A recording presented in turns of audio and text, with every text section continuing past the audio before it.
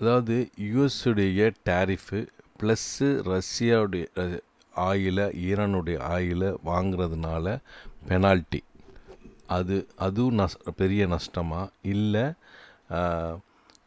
Russia கிட்ட நம்ம வாங்குறதை நிறுத்தினா யுஎஸ்ஸுடைய பேச்சை கேட்டுட்டு வாங்கினதை நிறுத்தினா அது பெரிய நஷ்டமா? இது ரெண்டையும் வெய் பண்ணி பார்க்குறாங்க இந்தியன் கவர்மெண்ட்டுன்னு தோணுது. ஏன்னு சொன்னால் ஆல்ரெடி அன்ஜஸ்டிஃபைடுன்னு சொல்லிட்டு யுஎஸ்க்கு வந்து ஒரு ஸ்ட்ராங்கான ரிப்ளை கொடுத்துட்டாங்க. நாங்கள் ரஷ்யா கிட்ட வாங்குறத நீங்கள் நிப்பாட்ட சொல்கிறது, ரெண்டாவது பெனால்ட்டி போடுறது அதுக்காக வேண்டி. ஸோ இதில் எது நமக்கு நேஷ்னல் இன்ட்ரெஸ்ட், அதாவது நமக்கு தேசிய நலன் எதுவோ அது பிராரம் பண்ணுவோம் அப்படின்னு கவர்மெண்ட் சொல்லியிருக்காங்க. இது ஒரு பக்கம். ரெண்டாவது, இன்றைக்கி 10 மணிக்கு ஆர்பிஐ பாலிசி இருக்குது. இன்ட்ரெஸ்ட் ரேட்டு பெரும்பாலும் ஸ்டேட்டஸ் அப்படியே மெயின்டைன் பண்ணுவாங்கன்னு தோணுது. இருந்தாலும் என்ன நடக்குங்கிறது பார்ப்போம். அதுக்காகவும் மார்க்கெட் இருக்குது. நேற்று வால்டைல் அதிகமாக இருந்தது, அதுக்காக இருக்கும். ரெண்டாவது, வீக்லி எக்ஸ்பீரியை எடுக்க போகிறதாக ஒரு நியூஸ் இருக்குது. இதை வச்சுட்டும் மார்க்கெட்டுக்குள்ள சில ஏற்றத்தாழ்வுகள் இருக்கும். சரி, எஃப்ஐஸ் நேற்று 2381 கோடிக்கு விற்றுருக்காங்க. அதை தொடர்ந்து 2566, அதுக்கு முந்தின நாள், அதுக்கு முன்னாடி 3366, மொத்தம் 8500 கோடி கிட்ட விற்றுட்டாங்க. இந்த மாதத்துலேயே தொடர்ந்து 3 ட்ரேடிங் செஷனாக, அதுக்கு போன மாதத்தில் 47,666 விற்றுருக்காங்க. சரியா? ஐஎன்ஆர் இந்த ட்ரம்புடைய டாரிஃப் விஷயமாக கவலையாக இருக்குது. 87.72 இப்போ ட்ரேட் ஆகுது. வீக் 87.89 வரைக்கும் வந்தது. சரியா? 24,649 நிஃப்டி க்ளோஸ் ஆச்சு. 24,590 வரையும் வந்தது. 24,500க்கு கீழே க்ளோஸ் வைக்கும்போது தான் நிஃப்டிக்கு ஃபர்தராக கீழே போகிறதுக்கான அதிகமான சான்சஸ் இருக்குன்னு நம்பப்படுது. சரி, இப்போ பேங்க் நிஃப்டி ஆல்ரெடி கீழே வர்றதுக்கான சைடு வந்துருச்சு. 55,202 தான் நேற்று லோ. சரி, அதானி குரூப்ஸ் 2.25% அதானி போட்டு இறங்குச்சு. அப்புறம் அதானி என்டர்பிரைசஸ் 1.5% இறங்குச்சு நேற்று. இதுக்கு அதானி ஸ்டெப் டவுன் பண்ணுறாரு எக்ஸிக்யூட்டிவ் சேர்மன்லேருந்து. அவர் வேற ஒரு பதிவு வைப்பாங்கிறது அது கரெக்டான இது வரும். நேற்று 2 ஸ்டாக்கும் இறங்குதுன்னு நம்ம பார்க்குறோம். ஓப்பன் இன்ட்ரெஸ்ட் பார்க்கும்போது 24,600, 24,000 ரெண்டும் சப்போர்ட் சைடு அதிகமான ஓப்பன் இன்ட்ரெஸ்ட் இருக்குது. ரெசிஸ்டன்ஸ் சைடு 24,700, 25,200 வரைக்கும் அதிகமான ஓப்பன் இன்ட்ரெஸ்ட்டை நம்ம பார்க்குறோம். பிசிஆர் ரேஷியோ ஓவர் சோல்டு காமிக்குது, அதாவது 0.72.35.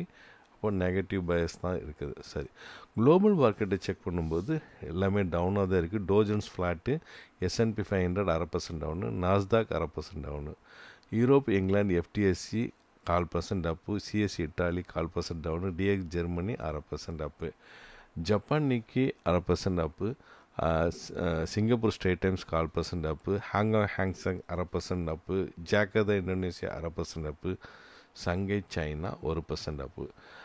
Global market, US market down, Europe market mixed, Japan market எல்லாமே, அதாவது ஏசியன் மார்க்கெட் எல்லாமே அப்புடின்னு நம்ம ஒரு முடிவுக்கு வரலாம். கோல்டை பொறுத்தவரை 3,300 சில்லறையில் இருந்துட்டுருக்கு. அது 3,500 தான் லைஃப் டைம் ஹை. அது அப்படியே தொடர்ந்துட்டுருக்கு. சரி, ஏடிஆரை போய் செக் பண்ணும்போது ஒரு மிக்ஸ்டாக தான் இருக்குது. விப்ரோ பார்த்திங்கன்னா 1% அப்பு, 0.25% டவுனு ஆஃப்டர் ஹவர்ஸில். Infosys 1.5% down, 3/4% up after market ஹவர்ஸில். HDFC 1% down, ICICI bank 1% down, அப்புறமா 0.25% அப்பு. அதுக்கப்புறமா ரிலையன்ஸ் டிஆர்சி 1.5% டவுன். எல்லாம் பெரிய பெர்சன்டேஜ் தான் டவுன் அப் இருக்குது. ஸோ இன்றைக்கி மார்க்கெட் கண்டிப்பாக ஒரு பெரிய மாற்றங்கள் இருக்கலாம். 1% மாற்றங்கள் இருக்கலாம்.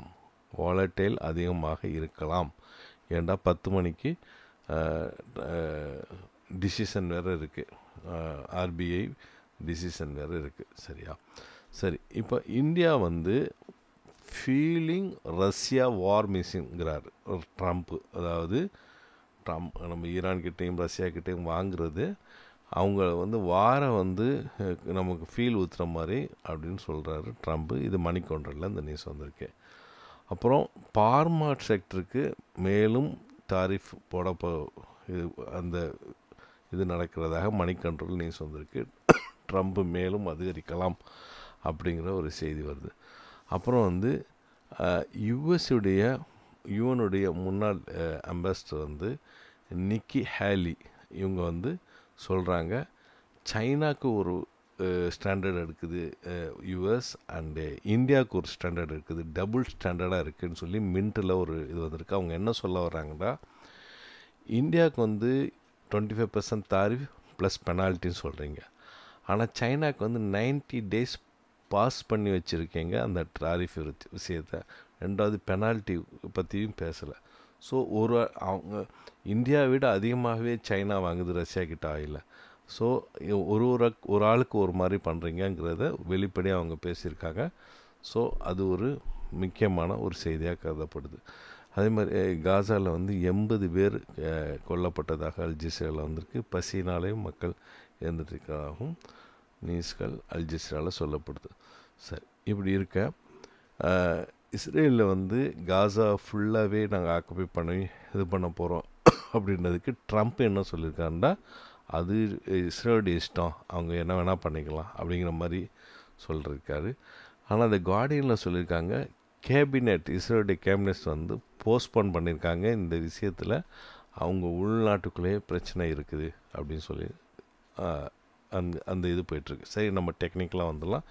டெக்னிக்கலாக நிஃப்டி வந்து கீழே வந்து அப்படி கன்சால்டேஷன் நடந்துட்டு நேற்று வந்து கீழே இறங்குச்சு, முந்தா நாள் ஏறிச்சு, இப்படி இறங்குது. இந்த மாதிரி ஒரு வாலட்டைலாக இருந்துகிட்ருக்க சூழ்நிலையில் மார்க்கெட் இன்றைக்கி சந்திக்க போகுது.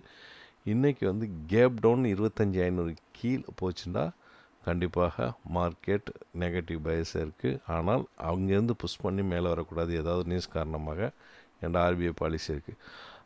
அப்படி இல்லாமல் மார்க்கெட் ரேஞ்சில் இருக்கிறதுக்கான அதிகமான சான்சஸ் இருக்குது. இது டெக்னிக்கலாக.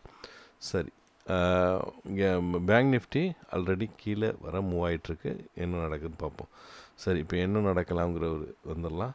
குளோபலாக யூஎஸ் வந்து டவுன் சைடு, யூரோப் ஒன்று வந்து மிக்ஸ்டு, அண்டு ஏஷியன் மார்க்கெட் வந்து அப் சைடு. சரி, அப்போது குளோபலாக வந்து ஒரு மிக்ஸ்டாக இருக்குது புரிஞ்சுக்கலாம். நம்ம மார்க்கெட் ஆல்ரெடி ஒரு ரேஞ்ச் மார்க்கெட்டாக தான் இருக்குது, நியூட்ரலாக. எஃப்ஐஸ் வந்து டவுன் சைடு அண்ட் டெக்னிக்கலாக ஒரு நியூட்ரலு. ஸோ அகெயின் மார்க்கெட் வந்து ஒரு ரேஞ்ச் மார்க்கெட்டான சான்சஸ் இருக்குது. ஆனால் எந்த நியூஸுமே மார்க்கெட்டை புஷ் பண்ணலாம், ஏன்னா ஒரு கம்ப்ரஸ் ஆகிருக்கு. ஸோ எனி நியூஸ் வந்து மார்க்கெட்டுடைய திசையை திருப்பலாம்.